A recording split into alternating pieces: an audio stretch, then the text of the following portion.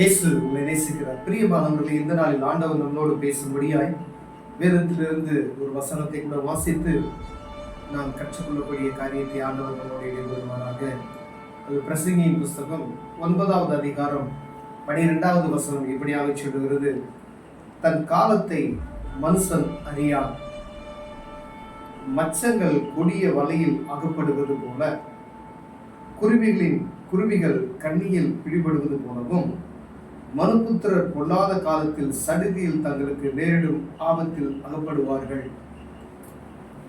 சடுதியில் தங்களுக்கு நேரிடும் ஆபத்தில் அகப்படுவார்கள். கடல்ல போடுற வலைக்கு ஒப்பாகவும், குருவிக்கு இடப்படுகிற கண்ணிக்கு ஒப்பாகவும் மனிதனுடைய காலத்தை ஆண்டவர் ஒப்பிட்டு சொல்லியிருக்கிற காரியத்தை இதில் பார்க்க முடிகிறது. பிரியமானவர்களே, இது காலம் கடைசியாய் இருக்கிறது. வேதம் நமக்கு கற்றுக் கொடுக்கிறது. கடைசி காலத்தில் நாம் வாழ்ந்து கொண்டிருக்கிறோம். எப்பொழுது ஆண்டவருடைய வருகை இருக்கும் என்பது நமக்கு தெரியாது.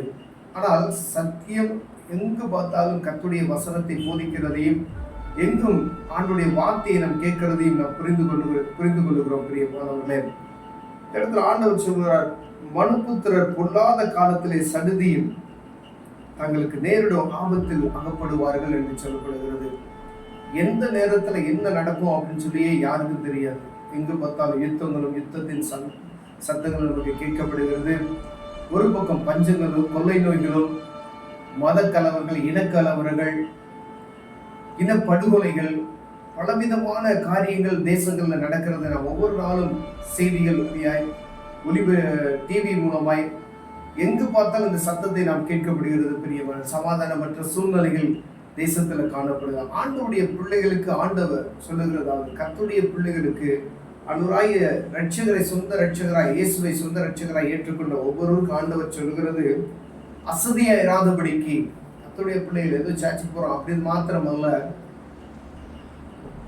பொல்லாத காலத்தில் சடுதியில் தங்களை நேரிடும் ஆபத்தில் சிக்கிக் கொள்ளாதீர்கள் என்று சொல்லி, எந்த நேரத்துல என்ன வரும் அதுல சிக்கி தவிக்காதபடிக்கு நீங்க பாதுகாத்து கொள்ளணும்னு சொன்னா, ஆண்டவர் ஒருவர் மாத்திரமே நம்மளை தப்புவிக்க கூடும். என்ன நடந்தாலும், அந்த பூமியில என்ன காரியம் நடந்தாலும் வரக்கூடிய ஆபத்துக்கு தப்பித்து காக்க முடியாய் ஆண்டவர் ஒருவர் மாத்திரமே நமக்கு உதவி செய்ய முடியும். எந்த ஒரு பணமோ செல்வமோ அந்த அந்த அந்தஸ்தோ படிப்போ எந்த ஒரு காரியமும் இந்த தேசத்துல உலகத்துல நடக்கக்கூடிய பொல்லாத காரியங்களுக்கு, இந்த சடுதியை நடக்கக்கூடிய காரியங்களுக்கு தப்பித்து கொள்ளவே முடியாது.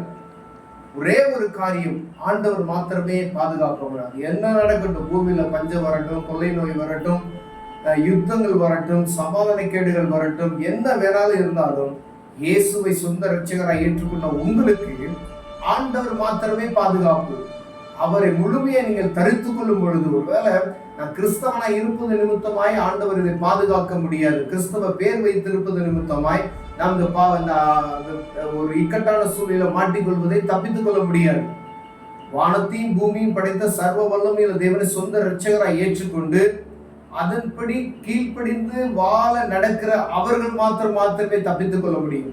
ஒருவேளை நான் கிறிஸ்தவ பேர் வைத்திருப்பது நிமித்தமாய், நான் சர்ச்சுக்கு போறது நிமித்தமாய், இல்ல நான் கிறிஸ்தவ பாடல்களை கேட்குவது நிமித்தமாய் நாம் தப்பித்துக் கொள்ள முடியாது. பிரியமானவர்களே, ஆண்டவருக்கு பயந்து நடுங்குகிற இருதயம் உள்ளவர்கள் ஒவ்வொருவரும் பாதுகாக்கப்படுவார்கள்.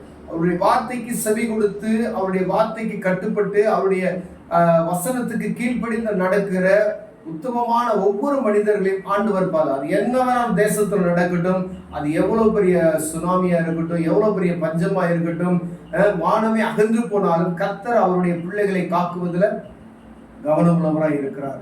ஏன்னா அவருடைய உன்னை தொட்டமே என் கண் இளமையை தொட்டதுக்கு சமாதானம் சொல்லக்கூடிய சொல்லி இருக்கிறார் ஆண்டவர். ஆனால் நாம் கற்றுக்கொள்ளணும். ஒருவேளை மீண்டுமாய் பாருங்க, நாம் கிறிஸ்தவ பேரை வைத்திருக்கிறது நிமித்தமாய், கிறிஸ்தவர்கள் என்று சொல்லுவது நிமித்தமாய் பாதுகாக்கப்பட முடியாது. ஒருவேளை நான் கிறிஸ்தவனா இருக்கிறேன், ஆனா இந்த ஆண்டவர் நான் ஒண்ணு சொந்த ரட்சகரா நான் ஏற்றுக்கொள்ளல அப்படின்னு சொன்னா, ஆண்டவர் இந்த நாள் உங்களோடு பேசிக் கொண்டு இருக்கிறார். பிரியமானவர்களே, ஆண்டவரை பற்றி அறிந்து கொள்ள முடியாது, இன்னும் உங்களோடு இடைபெற முடியாது, தேவ சமூகத்துல காத்திருந்து புதுபலனை நீங்கள் பெற்றுக்கொள்ள முடியாது ஆண்டவர் வாஞ்சிக்கிறார்.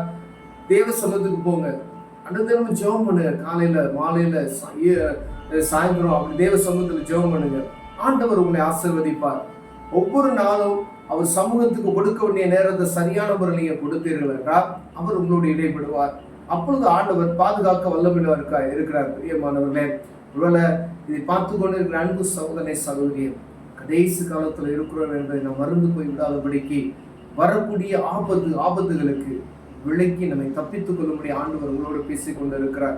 சொல்லப்பட்ட இந்த வசனத்துல பாருங்க, தன் காலத்தை மனுஷன் அறியான், மச்சங்கள் கொடிய வலையில் அகப்படுவது போல. வலையில மீன் எப்படி அகப்படுதோ அதே போல ஒரு குருவிக்கு கண்ணி வைத்து குருவியை பிடிக்கிறான் பார்த்தீங்களா, அதுக்கு தெரியாது. திடீர்னு போய் கண்ணியில விழுந்துகிறது போல மனிதன் அகப்படுவான் என்று சொல்லப்படுகிறது. இப்போ இந்த மாதிரி காரியத்துக்கு நீங்க தப்பணும் அப்படின்னு சொன்னா என்ன நடக்கும்னே தெரியாது.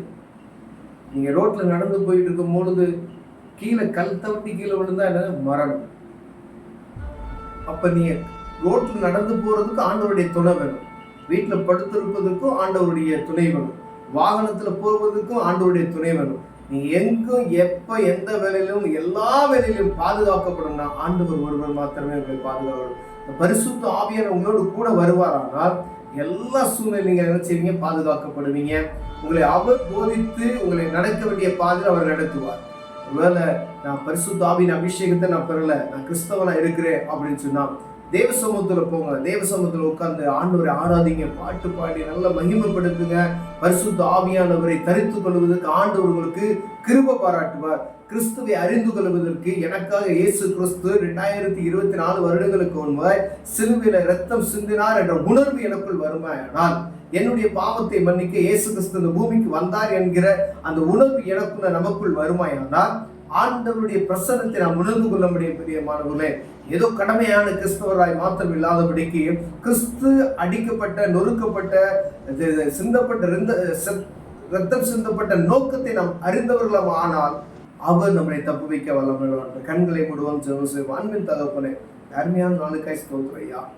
காலம் குடிதா இருக்கிறது ஆண்டவரே, கண்ணில நாங்கள் அகப்பட்டுக் கொள்ளாதபடிக்கு தேவன் எங்களை கிருபையாய் தப்புவித்து பாதுகாப்பீராக.